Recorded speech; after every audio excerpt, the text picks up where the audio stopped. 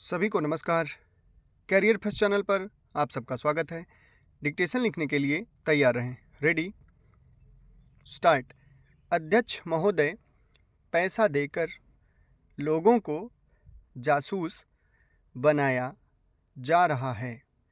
सीमा क्षेत्र में जाएं या पिछड़े क्षेत्रों में जाएं, चारों तरफ विदेशी पैसे के बल पर हमारे देश के साथ खिलवाड़ हो रहा है।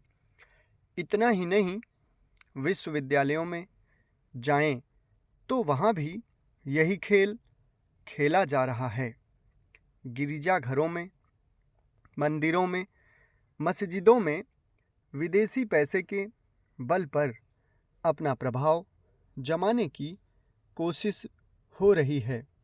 यह समस्या किसी एक पार्टी की नहीं है, यह समस्या किस राष्ट्र की समस्या है।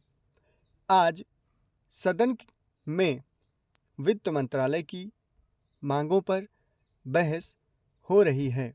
सरकार के हर विभाग का वित्त मंत्रालय से संबंध होता है। देश में जो प्रगति हुई है और हो रही है, उसकी काफ़ी चर्चा हुई है। जो प्रगति हुई है वह चारों ओर दिखाई पड़ रही है। कम से कम रेल विभाग में तो काफ़ी प्रगति दिखाई पड़ रही है। रेलों में अब भीड़ कम होती है। बिजली का भी काफ़ी विकास हुआ है, लेकिन देहातों की तरफ हमारा जो दृष्टिकोण है उसको देखकर कुछ कष्ट होता है। अभी जो जनगणना हुई है उसको देखने से मालूम होता है कि शहरों की जनसंख्या अधिक बढ़ी है। आज देहातों से लोग शहरों की तरफ आ रहे हैं। हमारे राष्ट्रपिता ने कहा था कि लोग देहातों में बसें, देहातों के जीवन को पवित्र करें। लेकिन स्वराज्य के 55 वर्ष बीत जाने के बाद भी देहातों की तरफ न जाकर शहरों की तरफ लोग आते जा रहे हैं। इस प्रश्न पर हमको कुछ गंभीरता से विचार करना होगा। अगर देहातों में लोगों को सुख सुविधाएं मिलती जो आज शहरों में प्राप्त हैं, तो लोग देहातों से शहरों की तरफ न दौड़ते, बल्कि शहरों से देहातों की तरफ जाते।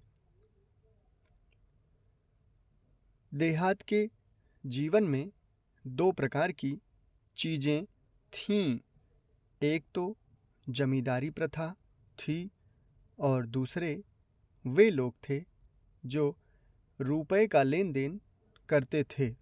जमींदारी प्रथा समाप्त हुई, इससे लोगों को कुछ राहत मिली।